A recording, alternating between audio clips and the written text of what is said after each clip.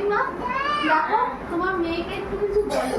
সকালবেলা ঝগড়া হয়েছে, তারপর থেকে আমার সাথে ভালো করে কথাও বলছে না, আমার ফোনও ধরছে না, আমার মেসেজও দিচ্ছে না। কেন ঝগড়া কেন হয়েছে?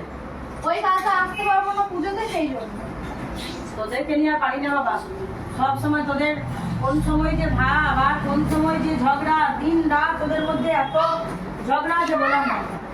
হ্যাঁ, কালকে পুজোতে আসতে কেন? কালকে পুজোতে আসতে হবে না কেন?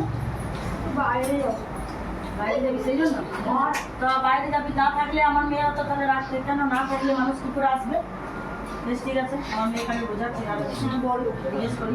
বলো। রিয়া, কি এদিকে শোন রে, কি এদিকে শোন। কি হয়েছে? বলো। কিছু অনু বলছে ঝগড়া করেছিস, কথা বলছিস না নাকি? কেন? আমি কিছু করিনি, যা শুরু করার ওপর চোখে জিজ্ঞেস করো। ওই সকাল থেকে স্কুল থেকে যখন থেকে বাড়িতে আমার সাথে দেখা করে এসছে, তখন থেকে না আমার সাথে বলেছে আসতে পারবো না বলে, না আমার সাথে কথা বলছে, না আমার মেসেজে রিপ্লাই দিচ্ছে, না ফোন করছে। কেন রে সবসময় এরকম কেন করিস ওর সাথে? আরে আমি কি করবো? তুমি সবসময় আমার দোষটা দিয়ে চোর দেখছো না? এতদিন থেকে আমি কি ওকে কবে থেকে বলে রেখেছি যে না কালকে আসতে হবে, কাল এত বড় পুজো আসবে না বলতো? তো ওরা থাকবে না তো কি করে আসবে? ওরা থাকবে না, ও থাকবে, ওর মা বাবা থাকবে না। তো ঠিক আছে, বাড়িতে তাতিন আছে, ছোটদি আছে, ঠাকুমা থাকবে, সবাই থাকবে। আচ্ছা ঠিক আছে, প্রবলেম বলেই তো। হ্যাঁ, নাহলে আসি না, বেশ। আগের বছর আসিনি।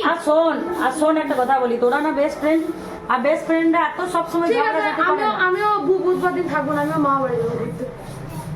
না এরকম করলে তো হয় না, এরকম করলে হয় না। আহ! বেশ ঠিক আছে, ও যদি সুযোগ হয়, ও যদি থাকে, ও যদি বাড়িতে থাকবে, সুযোগ হলে হ্যাঁ, ঠিক আসবে। আমি আসবো, ছায় আসবে। ঠিক আছে আসবে। বুধবার দিন আসবি, যাবি। হ্যাঁ, এই দুজনকে সরি বল। আমি বলবো, কেন? এই বল। আমার কোনো দোষ নেই, ও বলেছে আসবে না, ও বলেছে আসবে না, আচ্ছা অনু, তুই বল। সরি, আচ্ছা সরি। সরি না, বল আসবি কাল। আচ্ছা ঠিক কালকে দেখছি, হ্যাঁ, যদি পারি তাহলে আসবো। ঠিক আছে, আমিও বুধবার দেখছি, পারি তো অবশ্যই যাবো। দুজনের মধ্যে সবসময় এত ইকুল হওয়াই তো মুশকিল। হ্যাঁ, তোদের মধ্যে এত ইগো, বাপরে বাপ। ভালো বান্ধবী যারা হয়, যারা বেস্ট ফ্রেন্ড হয়, তাদের মধ্যে কিন্তু এত ইগো থাকে না। ঠিক আছে, যাবি বুধবার। আচ্ছা দুজনকে হাগ কর আগে, ভালোভাবে জড়িয়ে হাগ কর।